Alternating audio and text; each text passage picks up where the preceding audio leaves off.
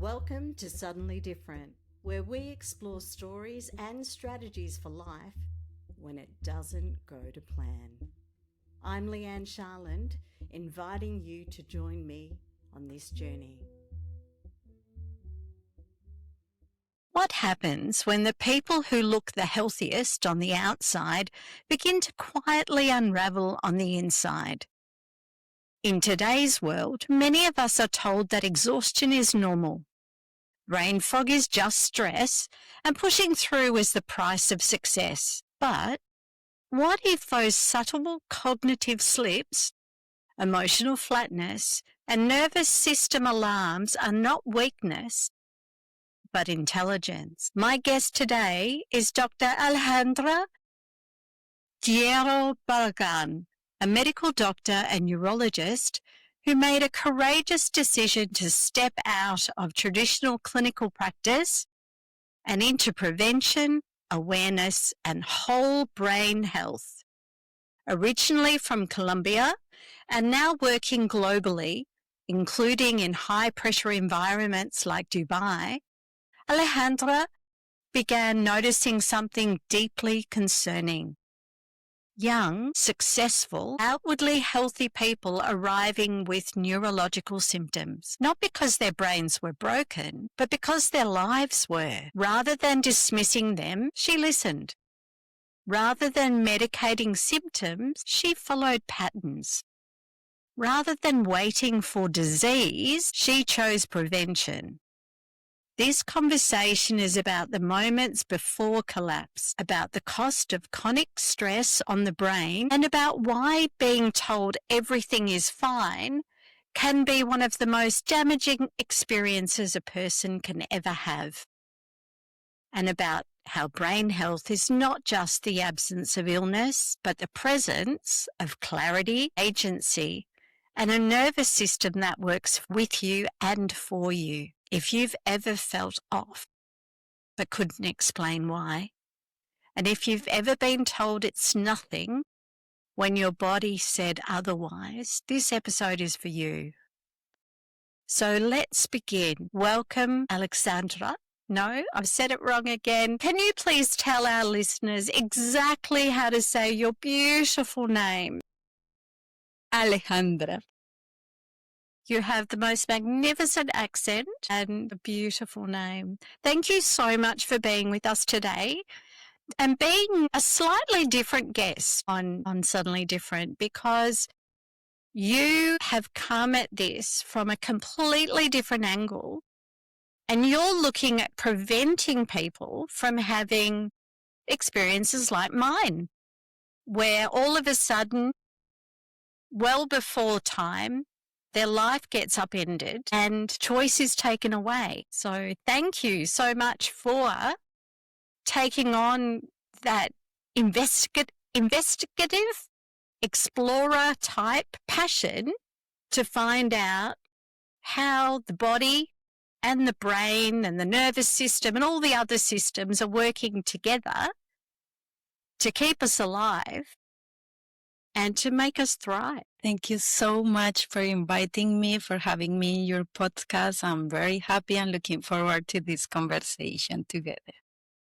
So can you take us back to that moment in your practice or in your study when you realized that you were seeing people that weren't showing signs, they were sick, but they weren't ticking the medical boxes that defined sickness. But something was definitely happening and you could see that, but there was no diagnosis. Yeah, so my background is neurology. And in neurology, we are used to see, people from all ages. But we have the different complaints in different age timings. So for young people, it's migraine, it's people that have epilepsy, and I will say before that was it.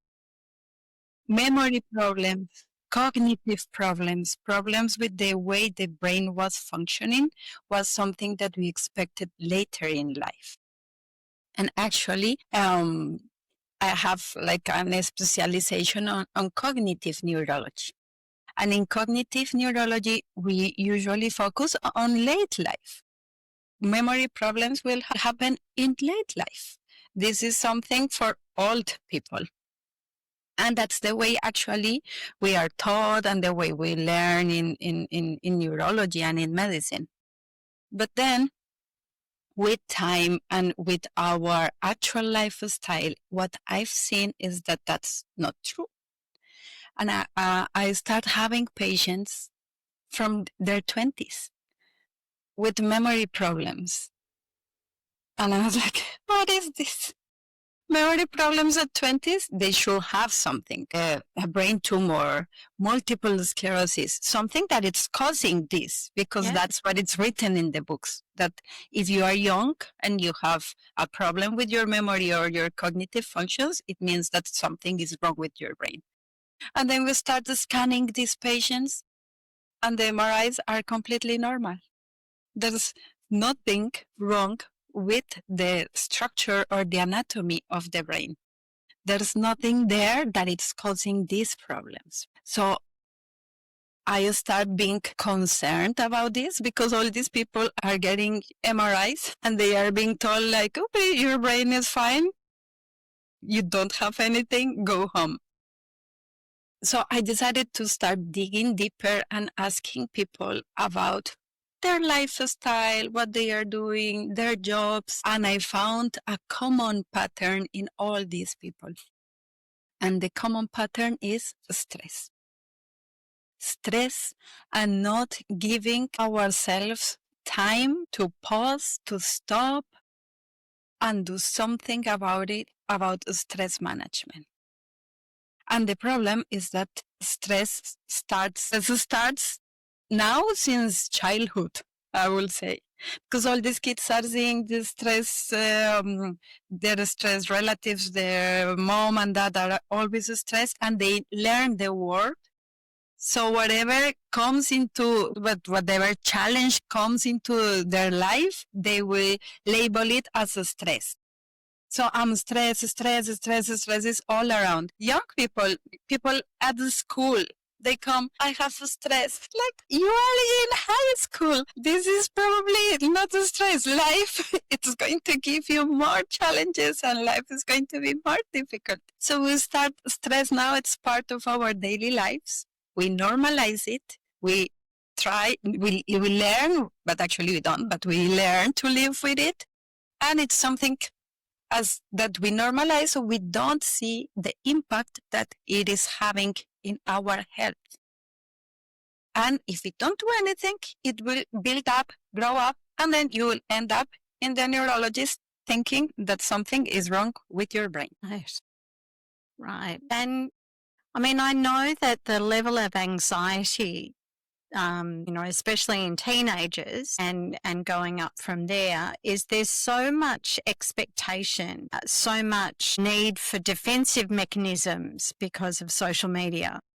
And there's just so many different inputs, and the world is going faster and faster. We have both parents working full time. We have after-school programs for children. We have lots of single parents. So all of these things are not the same stress levels that were had generations ago. Yes, completely. And the problem is that, for example, for teenagers, the brain, it's still forming. The brain is still building these connections and it's still learning. And especially teenage, it's the age to build mental resilience. To all the mental health issues will grow if you don't have a good teenage, if you don't learn the mechanisms to cope with life. Yeah. Your life is going to be harder. If you don't do it as teenager, because the brain is still receptive, the brain is still learning. That's the time when we can protect or damage our brain health. And as you were saying, now with social media and with our modern lifestyle, our modern families, opportunity to build these tools and to build this resilience is not there. Yeah. Yeah. And even though there's a lot more education available, there's a lot more books about mental health and things.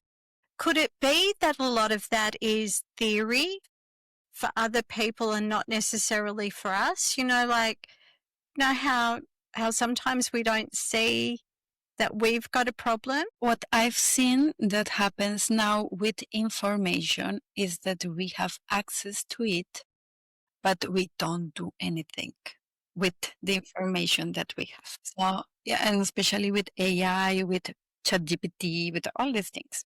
Yes. You can ask whatever, and you can have the knowledge. But knowledge without action, it's nothing. That's right. And I just did a workshop today about how quickly we forget the knowledge we learn. So if we're not living, walking the talk, doing the work to make sure, nothing will change, will happen. If you had any question, you will go to Google even, you will go to a book, and you will look for answers. If the answer was short or you were not convinced with the answer, you will go to another book. And you will take your pen or notebook and you will make your notes. And you will gather all that information and you will make your topic or your idea with your own thoughts, with your own process. Now what happens with AI is that you ask, tell me everything about blah, blah, blah. And the AI will tell you everything and you will be like, okay, if this thing is telling me that this is everything or if this is what I need to know, that's it.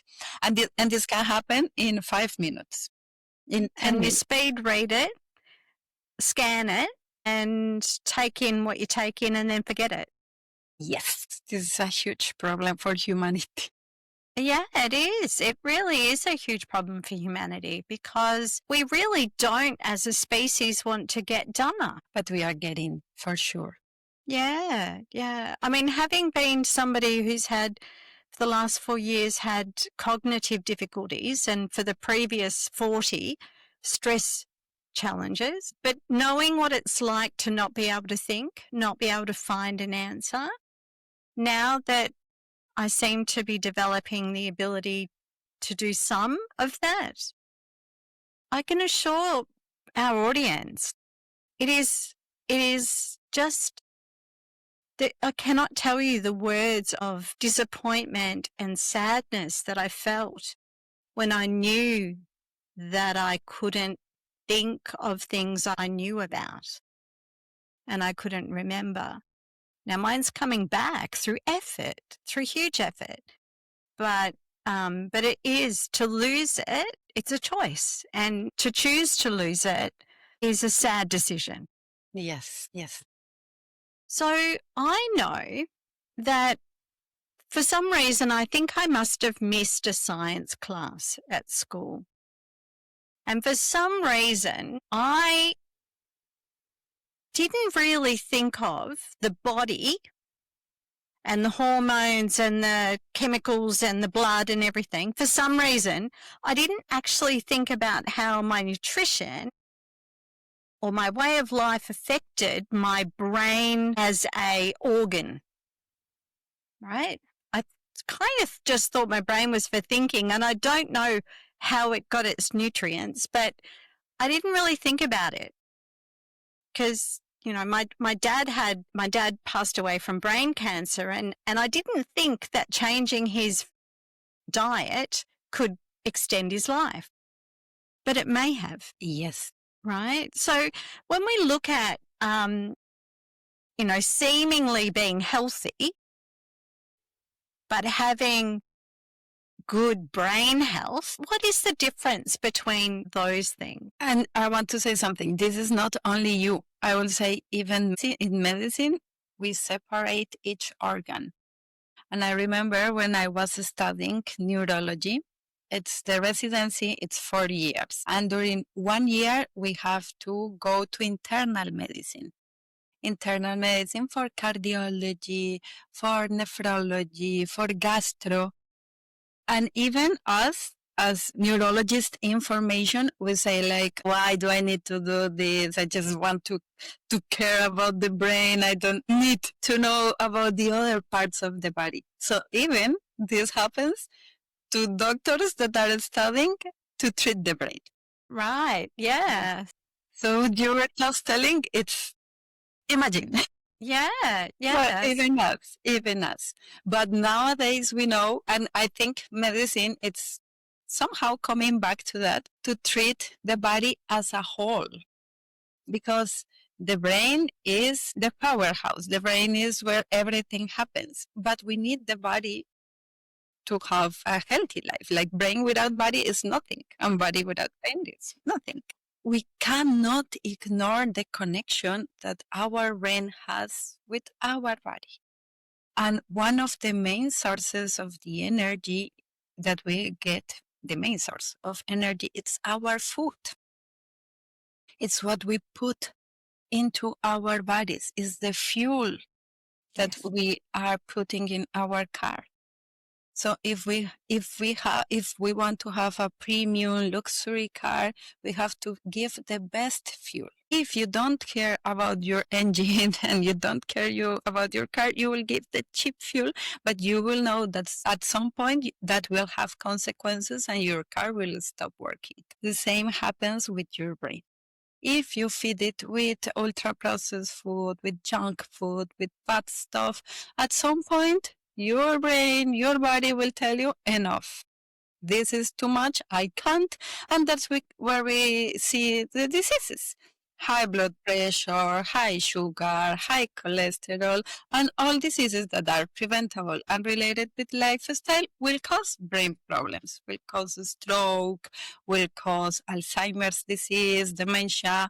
So this is a consequence of our daily choices, of the fuel we are putting in. And it's a choice.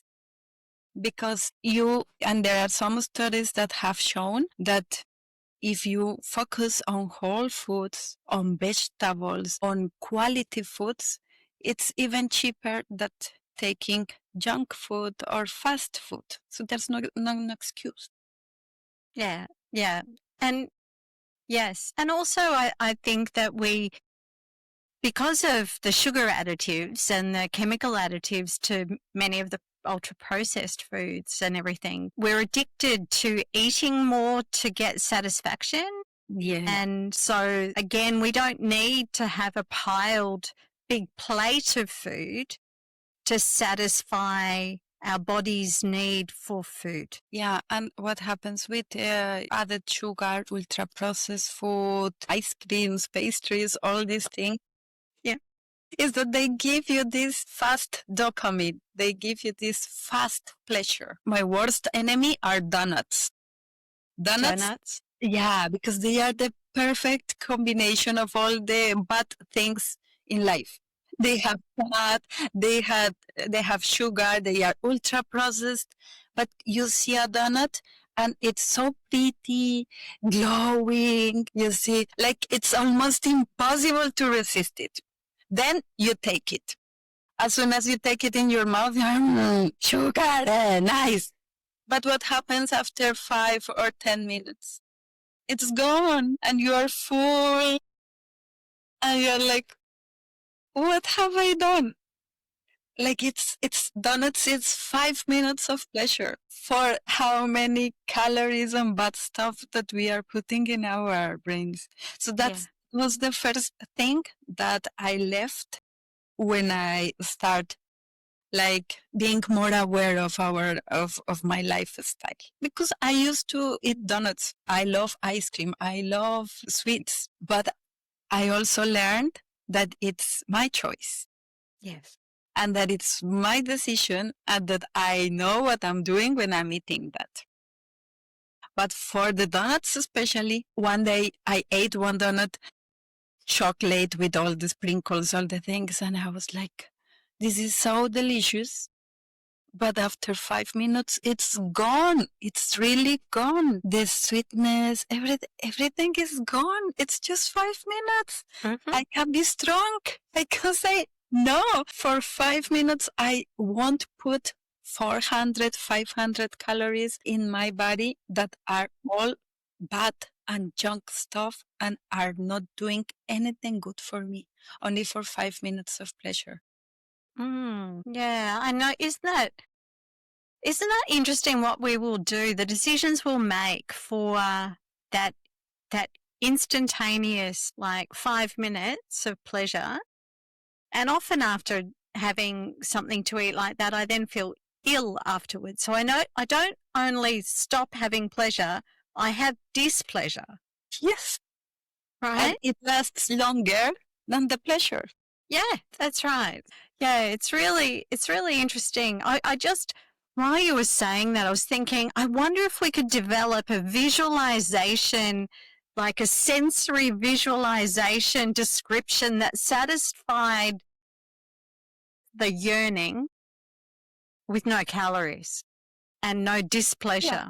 Please, I will work on that. Maybe we can with hypnosis. So with this understanding that, you know, in our busy lives, we make these decisions, ultra-processed is the easiest food to consume as busy parents, feeding the kids. The kids are difficult in having broccoli and things like that. What, like, is it best for us sort of to be very broad in our education of our children about the different flavors and the different meanings that cultures associate with different foods? Like some cultures, you know, like olives are a special food. And, you know, so if we can sort of introduce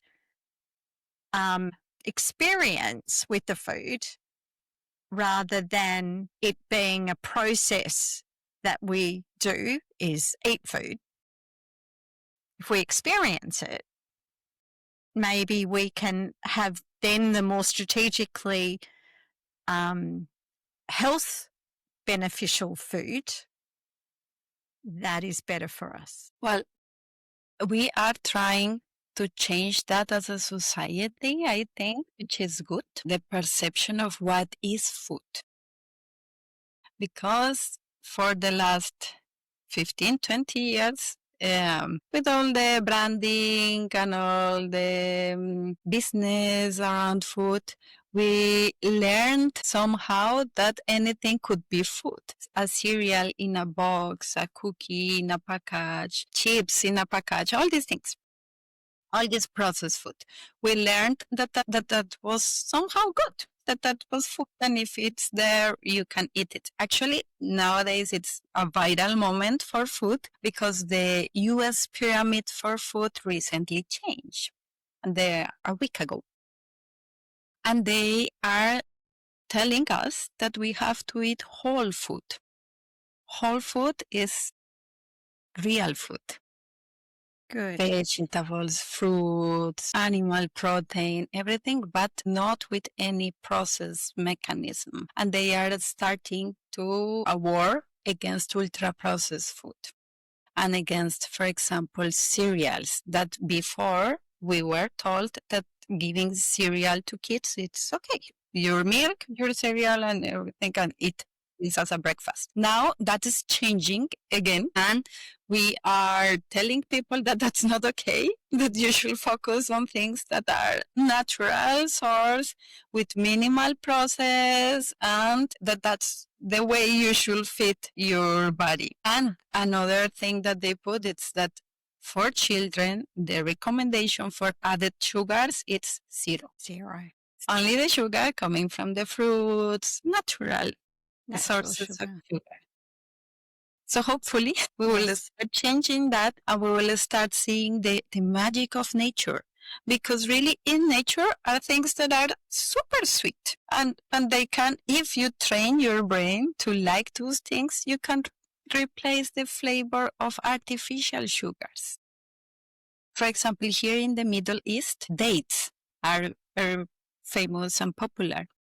Dates are a fruit, they are natural, and they are super super sweet, super sweet. So if you dice them and you put it in your yogurt and you put in your stuff, you will have the same sugar, the same taste, but without the process and without the bad stuff. It's more about training our brains to enjoy the natural things because nature offers everything. So now we need to get the existing health stream, the existing doctors and nurses and healthcare professionals to understand this change and to get on board with it and help educate us everyday people on that. Yeah, so it's always... It'll take time. And with nutrition, it's always an ongoing process. It is. You will see all type of advice. But at least this advice telling us that whole foods, unprocessed, no added sugars is what we need to do, I think it's the correct way. Yeah, which is really, really good. Yeah.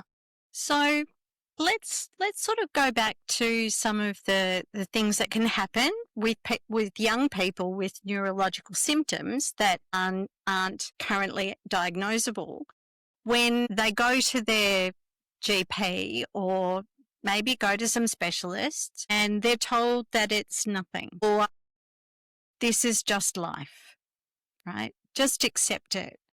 So what does that dismissal to the person, what does that dismissal do to their brain and their nervous system if they're not being believed? Our brain is always looking for safety.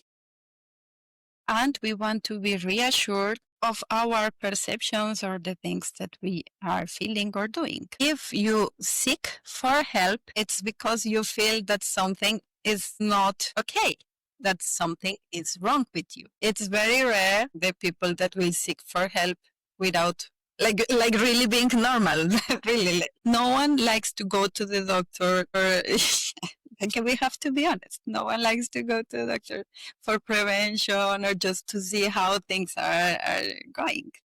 So that this is my number one idea when I see someone. If they are here, it's because they are feeling that something is not okay. If the tests are showing us that there's nothing wrong with the anatomy or with the blood tests and these things, it doesn't mean that you are okay.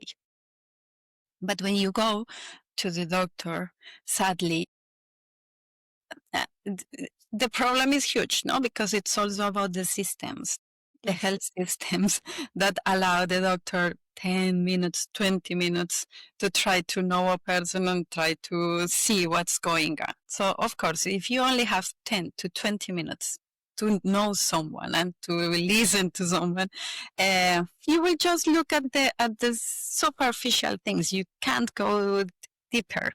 And that's why many people are dismissed, not because doctors are bad or not because doctors don't care, but we are also victims of these health systems around the world that pushes us to work like machines. Because it's impossible to have a connection between doctor and patient in 10 to 20 minutes. It's impossible.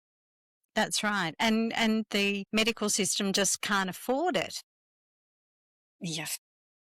Yeah. And then, you know, unfortunately, and I don't know whether this is your experience, but many things are now being attributed to mental health when they're not really mental health things. Yes. Right? Yeah, it's a double problem, you know, because some things are because of mental health, but some things that look mental are because of physical health. Mm-hmm. So what I usually I used to tell to my patients is we are going to do everything to check your body, your blood, your lab test, your MRI. If everything is good, this means that it's pointing to stress or to a lifestyle problem, and then we can work on that. Because at some point, we start labeling everything as stress. Stress will cause this, stress will cause that, and people suffering for 1 year, 2 years with complaints. And when they do the blood test, when they do the MRIs, they can also find that they have real health problems that need to be addressed medically, not Yes. only with lifestyle. So it's very difficult. That's why it's important. That's why I'm talking about this connection between doctors and patients, or the health system and patients, because with one visit, it's very difficult to know about. And if Yes. you go, you are told that everything is normal. This safety that your brain is looking for, it's not there. You will feel bad. You will feel unheard. You will feel alone. You will feel that you are abandoned, and still you are feeling bad. So what to do? What to Yeah. do? This that I'm feeling. Why I'm feeling like this? Otherwise, the other thing is, if you're told that there's nothing wrong, well, you think, well, I can keep doing what I've been doing, That's the other. right? So I haven't paid a price yet, and we don't put the yet word in. I haven't paid a price for eating badly, working too hard, and drinking alcohol and smoking cigarettes. So, right? So I'll just keep going because the doctor said there's nothing wrong with me. There's nothing wrong with me. Yes, absolutely. Absolutely. Yes. The problem is huge. Yes. And so, and they're the coping mechanisms, aren't they? The lifestyle patterns that we have. There's sleep, too much sleep, not enough sleep, interrupted sleep, smoking, food, suppressing our emotions. All of those things add to our disease. Like, Yes. And we see complex cases when all these things add and they build. You can look and you can be very sick, like yes, physically sick, because all of these are things that are preventable and that we can manage. I remember, well, as I told you, I'm a neurologist. We used to see brain and everything apart. And if something was not related with the brain, I just tell people, okay, go. This is not a brain issue. Sorry. But then I discovered, because really this was a discovery, about lifestyle medicine. And I was like, what? What is this lifestyle medicine? You will say, like, it's a thing, like teaching or learning about health and lifestyle. I didn't know. Being a neurologist, after 8 years of being a neurologist, I didn't know that lifestyle was a separate part of medicine. And many doctors still don't know that there's a branch of medicine that it's called lifestyle medicine, because we take for granted this information. No, like, eat healthy, move, and be happy. yes, That's it, and that's it. Yeah. And this is what everybody will tell you. But I don't know if you can see from here. But so I decided to study lifestyle medicine. The book is this big, the Foundations, the beginner's book. The It's, beginner's book. I will bring it because I have it here. Yeah. Okay. Look, this is beginner's book. The beginner's book. Foundations of Lifestyle Medicine. Wow. And I want you to see the size of the the writing. Yeah, look. That's serious work. Yes, serious work. So I was like, oh my gosh, what is that? This is Foundations of Lifestyle only. I was shocked. And I was like, okay, we have to do something about it, because really we don't know to live. We take life for granted. We take many things for granted, and it's not true.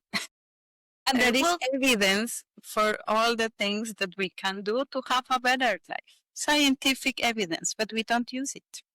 Yes, yes. Because I suppose we have so many like everybody's got their speciality, and the GPs don't have time to do lifestyle medicine. So the GPs are dealing with a certain level and referral. And then, I know when I was told I had liver cancer, and then they removed part of my liver and said, no, it's just granulonoma, which is encapsulation of a virus. Yeah. So it was where my body was saving my life. Yes. But, it didn't fit in, and no one had ever seen, no one within the group of my medical team had ever seen what happened with me. Mm-hmm. Mm-hmm. And then I had, at the same time, epilepsy develop, and, all of these things where it was my body fighting for my life. Thank Yes. God. Yes. And It our wanted me to stay. are always talking to us, but we don't Yes. listen. Yes. So that is a really important fact, that our bodies are always talking to us. And if we pay attention to the data, to those experiences that we have, and check in on ourselves, that is one of the ways that we can be more informed. Yes. So I studied this lifestyle medicine, and I start asking about lifestyle to my patients that were coming from cognitive issues. They were like, "Why are you asking this? You're a neurologist. Why are you asking this?" I was like, "Because this is important. This might be the cause of your symptoms." 80% of the patients were surprised that a neurologist was asking them lifestyle questions. And they were surprised to see that their lifestyle wasn't helping their brains. This is crazy. This is crazy. And that's why I decided to go on social media and change my career path, because it might seem obvious, but it's not that obvious. It's not obvious at all. It is not, it's not how we've been educated, and it isn't our general experience. But, knowing that. So, how I said before about the mental health stuff, how, when they can't find the answer, they say mental health. Yeah. Well, then my thinking now, based on my experience, is part of mental health is your decision-making ability. Yes. Right? Because with the lifestyle changes, or the lifestyle impact on your health, a hard thing to do for me is make a decision, because of all of the influences around other people's opinion, conflicting advertising, I like donuts, like the whole, there's lots of reasons why making a tough decision about lifestyle and choosing to live my best life, it's a hard thing. Yes, it's weird, no? Yeah, it is. Yeah, and still I can't give you an explanation. I'll say it's because of how society is built and all the messages that we are getting that took the power from us and made us feel that we are powerless in front of a disease, that we are powerless in our health, that things will happen because of your genetics, that thing will just happen randomly. And the fact is that, yes, there are some things that can happen randomly, but there are many more things that are not random, are a consequence of our decisions. And we can choose. We can always choose. This is what no one can take from us. The power of decisions. Decisions can be tough. For sure, they are difficult, but we need to be aware and to know that it's on us, not on the health system, for example, not on the doctors. Talking about that, once I saw a reel on social media where someone was telling that her health was her doctor's matter, that she doesn't need to care about her health because that's why doctors are there. If she got obese, if she got high blood pressure, if she got diabetes, it's her doctor's problem. And she doesn't have any agency or any agency or any decision on that. And I was like, really? Is this possible? Doctors are people that are there trying to take the same difficult decisions. And 80% of the doctors don't take the healthy decisions. That's right. Well, because they're the same.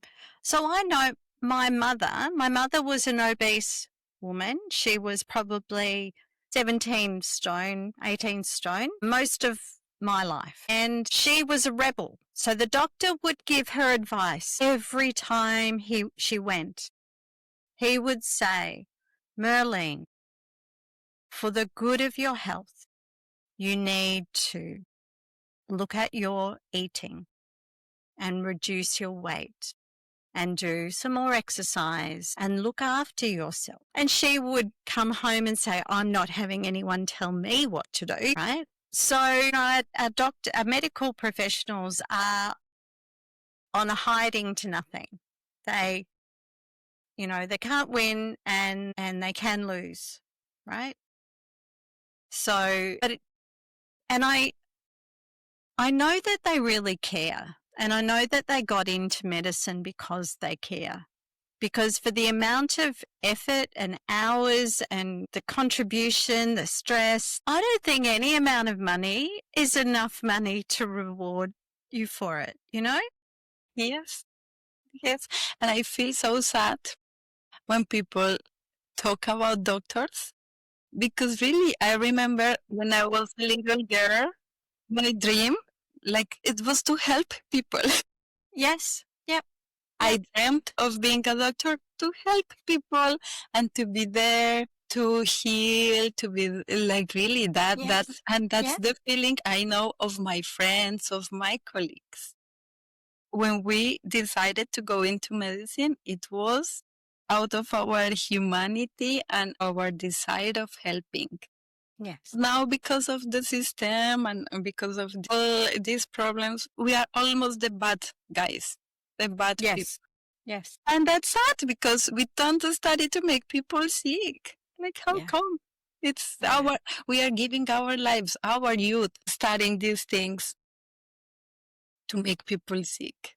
But we need to work all of us together, and people need to know that they can build their own health. That's right. And that their health is their own responsibility, firstly. Yes. So if you don't like doctors, okay, be healthy. Yeah. Or go to another doctor, right? If you don't like that opinion, just change. So one of the things that I've heard is that Alzheimer's or dementia is like the third level of diabetes, that's potentially a huge generational shift towards more dementia and more Alzheimer's or brain cognitive problems. Is that fair to say that the ultra-processed foods could cause that? Yes, but it's not the only problem. It's some people, because it's not a scientific part of the diagnosis, some people call it diabetes type 3, because there's a problem with the metabolism of sugar and insulin in the brain. That's part of the problem. But the problem it's much bigger, and still we are trying to figure out what happens inside the brains to cause Alzheimer's disease. But the theory that it's more accepted is that some toxic proteins build up during our life. These proteins are called beta amyloid and tau protein. It's two proteins. And they start accumulating in our brains since we are born. Okay. But the biggest window and period of building up and accumulation of these proteins is midlife. Midlife, in this case, we are calling actually from 45 years old to 65 years old. And all the things that happen during this window are either preventing or are causing the accumulation of these proteins. If in this midlife window you have obesity, if you smoke, if you don't do exercise, if your blood pressure is high, if your sugar is high, if you have any trauma in the brain, if you have high cholesterol, all these things increase the risk for having Alzheimer's in late life. So what we are trying to raise awareness now in the general population is that Alzheimer's is not a late life disease. It's a disease that starts in midlife, but the symptoms will show in late life. Yes. But whenever the symptoms appear, the damage, it's been there for 10 to 20 years. Yes. And the thing is that 45% of the cases could be preventable with lifestyle changes.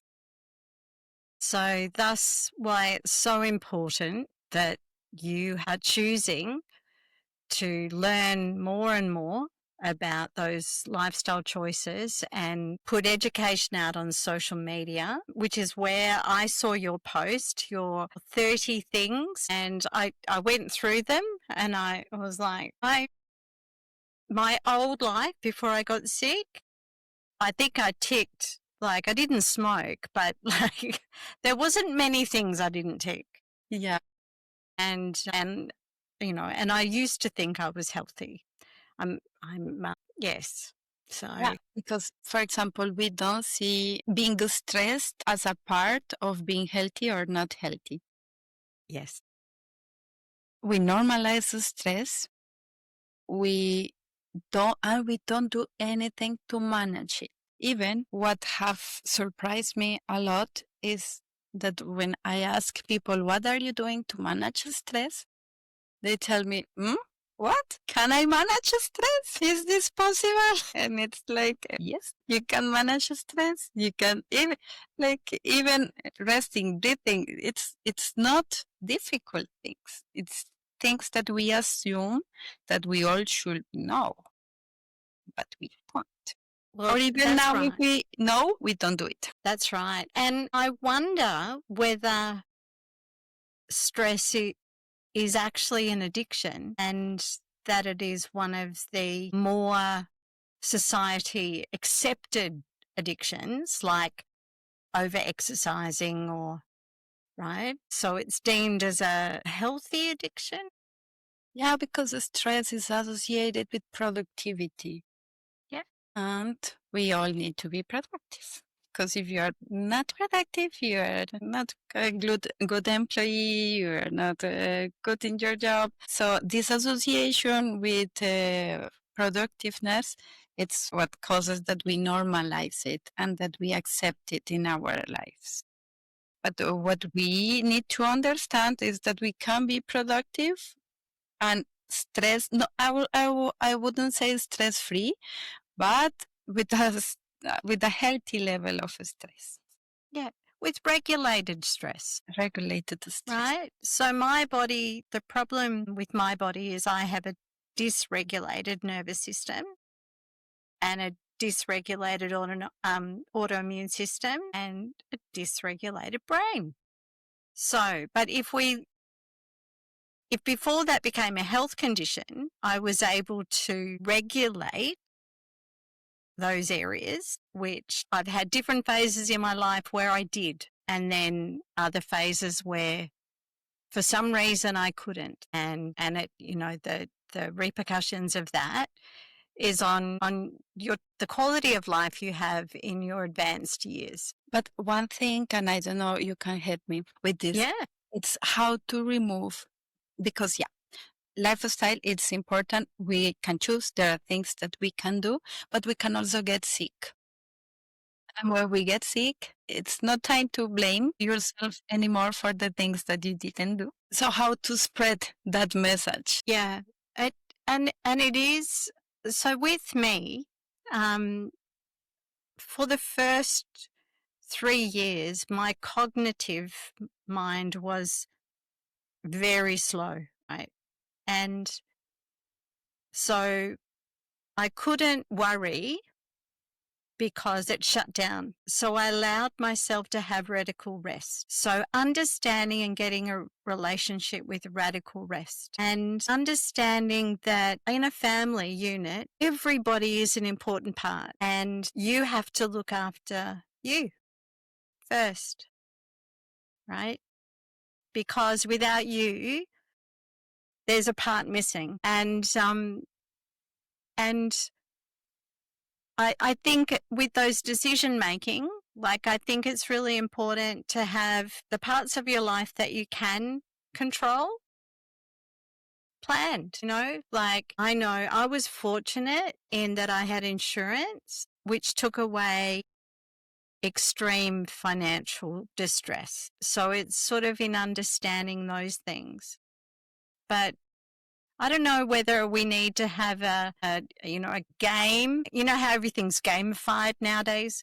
Whether we need a game that is really like, well, if the repercussions of not making certain decisions, you know what happens? What will happen?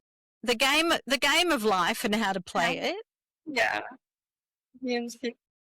But I think I know the hardest thing for me when I got sick was letting go of the identity of the job I had, because I had my job and me as one thing. So my advice to everyone is to make sure that does not happen. Absolutely. That while you're well, separate yourself. Yes. Then you can be two strong things, not just one. Absolutely. Absolutely. And this is something that I learned or I'm learning. It's once I was in one of these coaching sessions and the coach asked, what are you without your job and without your career? And this is like 10 years ago. And I was like, oh my gosh, I'm no one, because I haven't built an identity outside my job, outside my profession. And this is not possible. Like, how come we let this happen? No?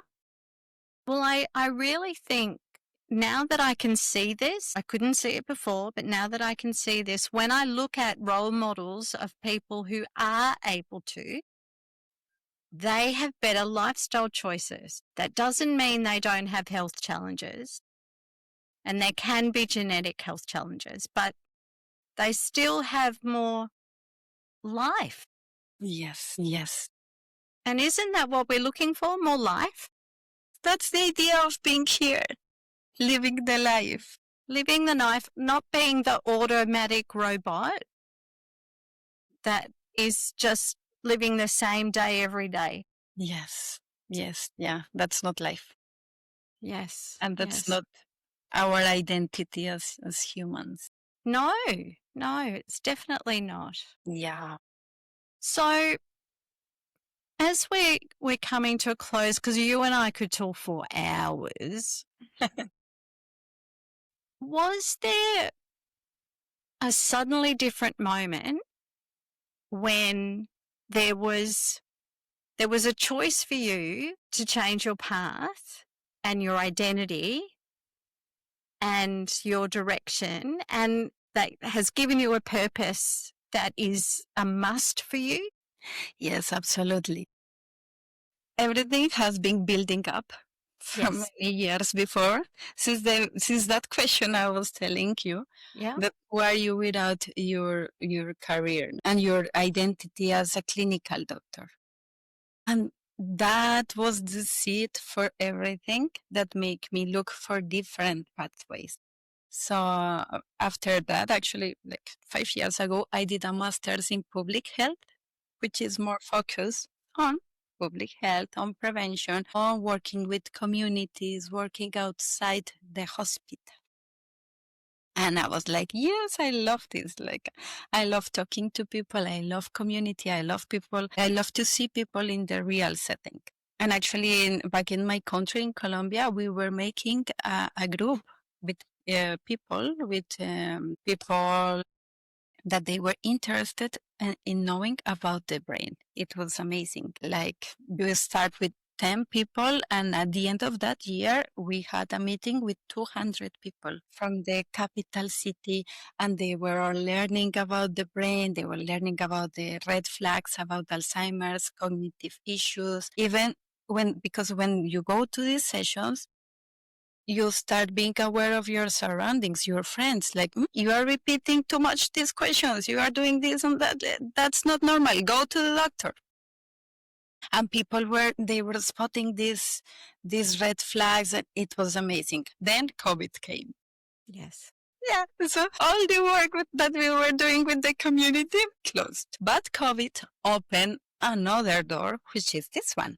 Technology, and that we know since COVID, it's more like famous that we can have connections through the computers, and that if we work in the correct way, they can be meaningful connections.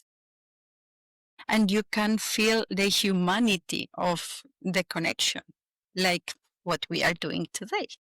This is a very real, honest conversation. We can be friends taking our coffee from here, and we feel that we are close to each other. Yeah. And this is amazing.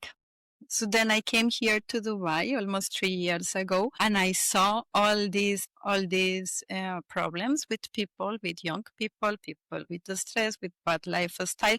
I learned about lifestyle medicine, and I was scrolling with my phone, and I saw people that they were not medical professionals. They were like influencers talking about the brain and nervous system regulation and things that I was like, what is this? Why are you talking about the brain? People with hundreds, thousands of followers getting this information that I'm not saying some people, some influencers can do it good, but maybe they don't have enough knowledge. Yes. To spread all the time the correct information. Let's say it like this. So I was like, I'm a doctor. I like the brain. I like Yes. and I'm not ashamed of talking in front of a camera. This is, I was like, maybe I should be doing this and not sitting from 9 to 5 in a hospital where I can only help one person. Yes. So I started like maybe 2 years ago almost. I opened a YouTube channel in Spanish. When I was recording, I was like, oh my gosh, I like this. I really like it. I love it. And then I was like, okay, but I'm living in an English speaking country, and we have many, how can I call this? Yeah, we have many mental blocks and stupid ideas that, for example, if English is not my native language, I cannot speak in English to people in a video. Stupid, because people will tell, the accent or the pronunciation, all these things. I was like, that's why actually I started my YouTube in Spanish, because it's my mother language. And I was like, at some point, I was like, wait, I am working in an English speaking country. Speak English, so do it in English. That's right. Yeah, you can. Public, your audience can be broad. So I decided to go in English. Building my Instagram is not easy because you need to learn again. You need to learn things. You do. Different things. Yeah, different things that it's like, what? Because what I used to think is like, I will talk about the brain and people have to listen. And when you see that people don't listen, that they prefer to listen to the influencer or to the other things, oh my gosh, how can I get people's attention? Yeah, you've got to have your hook. Yeah, yes, the hook is the most important thing. Yeah. So learning all these things has been a journey. Then I saw that LinkedIn is now, because this is recently now a social platform, and I start posting more consistently. And my best platform right now is LinkedIn. I'm gaining followers, and I see the impact that this has on people, that I can make friends from other sides of the world, that we can talk about all these things. And I feel so happy, and I feel so me doing this.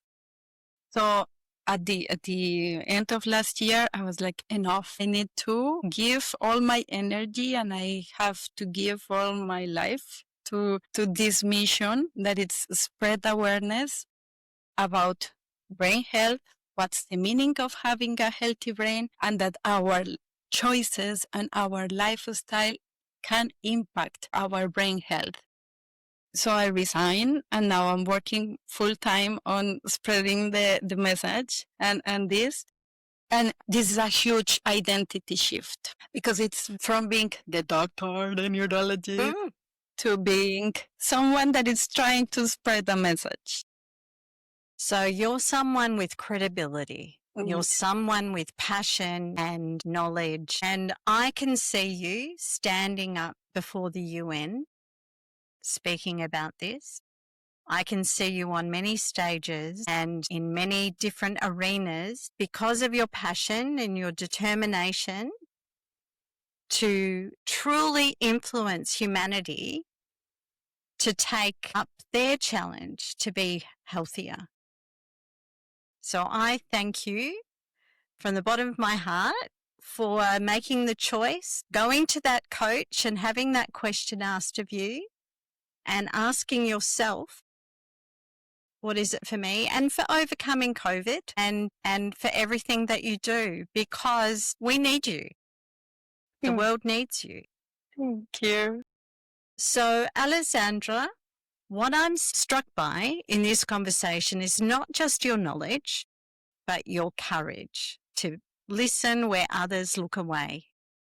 You remind us that the brain doesn't suddenly fail us. It whispers, it signals, it asks, quietly at first, for a different way of living. This conversation isn't about fear, it's about agency. It's about learning to hear ourselves before life forces us to stop.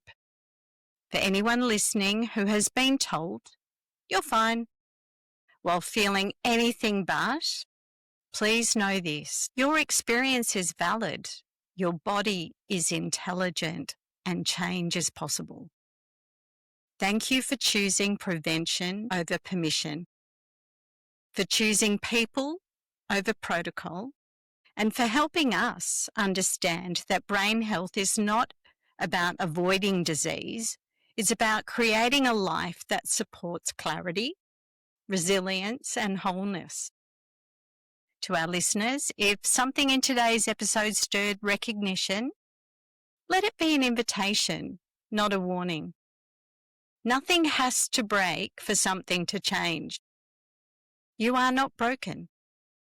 You are becoming aware, and that may be the most powerful neurological shift of all. Thank you so much. Thank you. This has been Suddenly Different. I'm Leigh-Anne Sharland, and I'm so grateful you shared your time with me. If you felt a spark, a tear, or a moment of recognition, I hope you'll pass that gift along by sharing this show. Take a deep breath, trust your path, and I'll meet you back here soon.